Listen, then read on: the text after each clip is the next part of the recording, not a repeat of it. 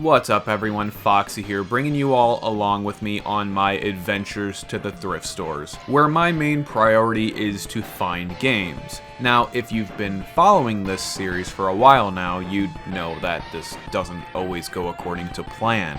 However, as I always say, you never know what you're going to find. You just gotta get off your ass and go out looking.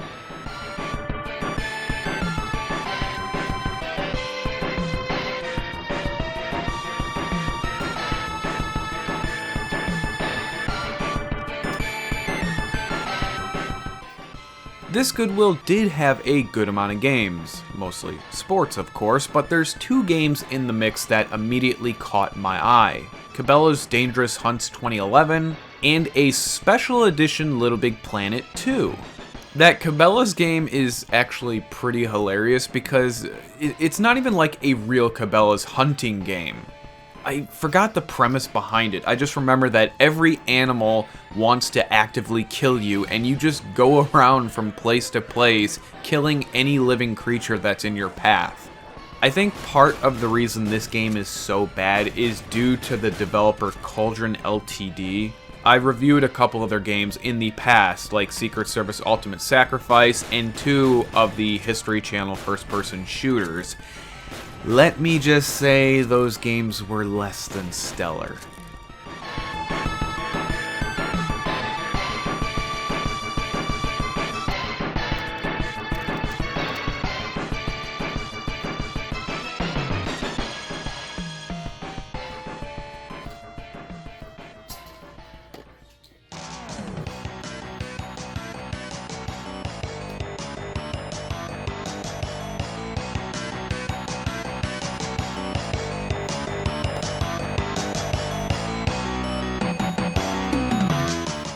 Disney's Extreme Skate Adventure. Now, this is something I've never heard of before.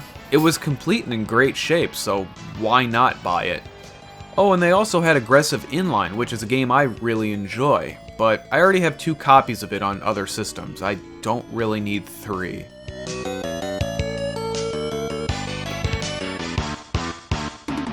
I can't help but love that old wood grain finish on stuff like this. There's just something about it that's so neat.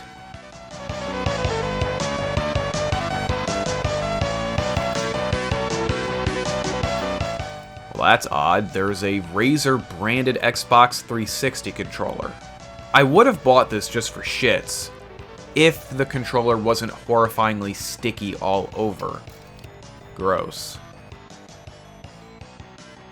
Very rarely do I ever come across manga at these places. Kinda interesting. I thought about grabbing Jack Frost, although I couldn't help but get the feeling that I've read this before, and if I recall correctly, I didn't get into it. I could always be mistaking this for something else, though. Next to Ed, Edd n Eddy and Invader Zim, Rocko's Modern Life was my favorite cartoon growing up.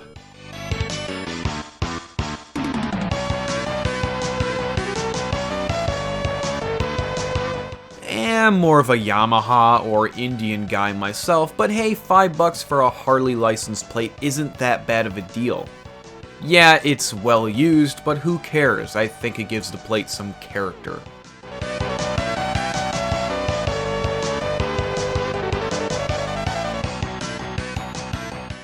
I remember seeing this thing on a couple of GameStop's Black Friday ads for the past couple of years, I think for like $20. It does power on and the buttons do work, except for the joystick.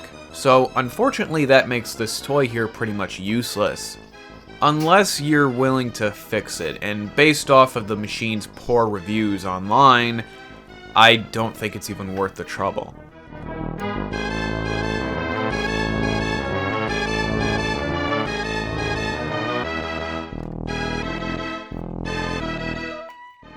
Well, what do you know, yet another gaming headset at a thrift store.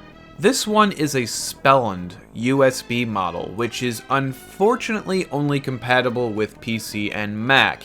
It only cost like $30 brand new from Amazon, and from what I remember, it wasn't too bad for a budget headset. The one complaint I distinctly remember reading about was that this is uncomfortable to wear for long periods of time.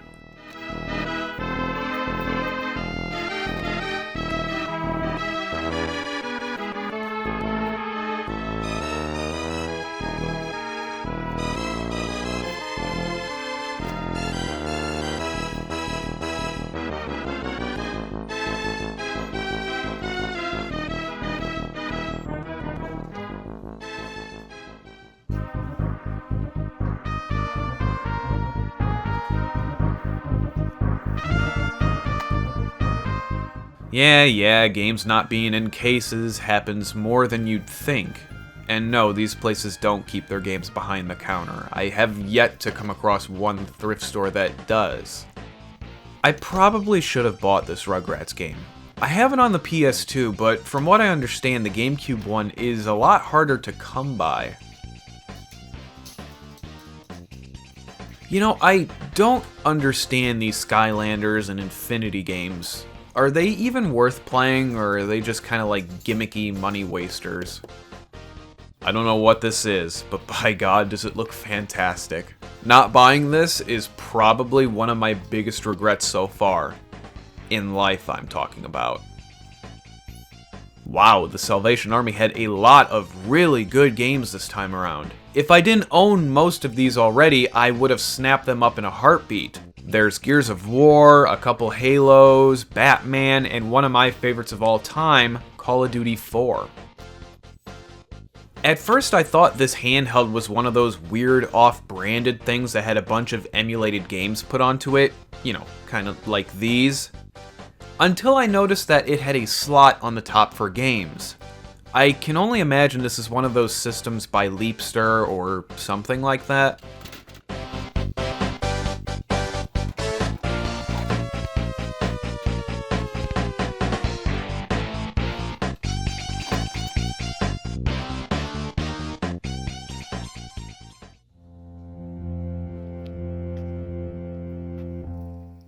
There's a well-used Xbox 360 here, bundled with a couple controllers and cords. They wanted $25 for the thing, and if it works, then hey, that's a pretty good deal, but what are the chances of that happening? The controllers, to me, would have been worth that price alone. Hell, I still use wired ones to play Steam games from time to time.